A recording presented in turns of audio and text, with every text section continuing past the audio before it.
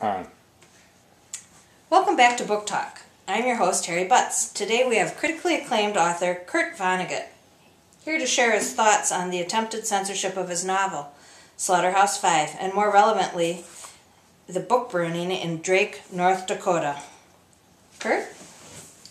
Hello, Harry. Well, it's a shame that this happened in North Dakota.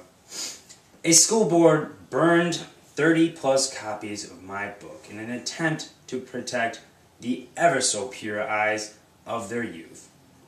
Some of these people read my novel and truly missed what I was getting at. Others even proudly stated that they didn't even read it. Well, good for them. Instead of actively thinking, they took issue with words and ideas they'd rather not think about. That is tragic.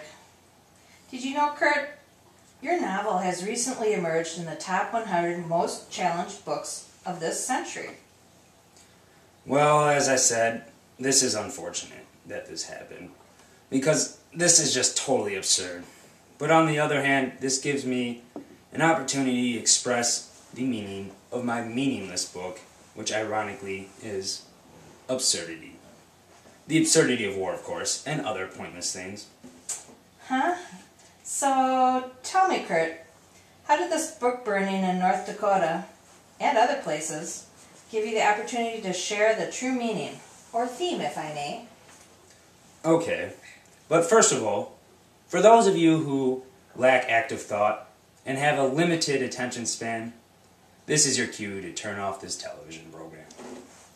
Just as you close my novel, after reading just one paragraph, I will now state exactly what I'll be talking about in the rest of this discussion.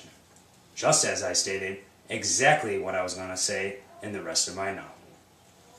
The actions in North Dakota can be easily compared to war, the absurdity of war, and that is what I'm planning to do. Interesting. Go ahead. War is absurd, unjustifiable, meaningless.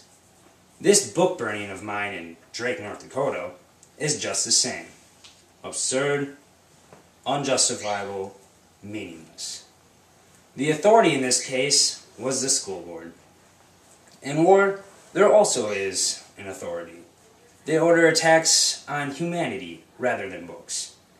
In most cases, the ones in authority don't fight the battle.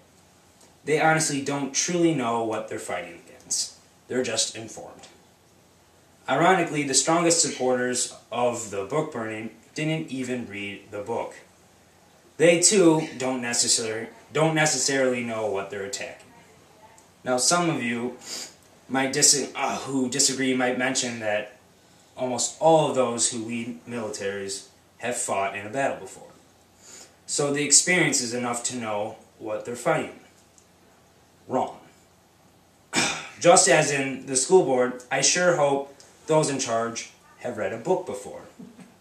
Just experiencing battle doesn't give one the entire, true in-depth knowledge of what one is fighting against, and more importantly, what one is fighting for. To justify war is absurd, especially when the ones entitled to justify aren't sacrificing their life. Or, in this case, reading my book. My novel is an anti-war novel, not some inappropriate brainwashing smut for your children. Well, that's all the time we have for today. Join us next time when the Bee Gees discuss their reunion tour.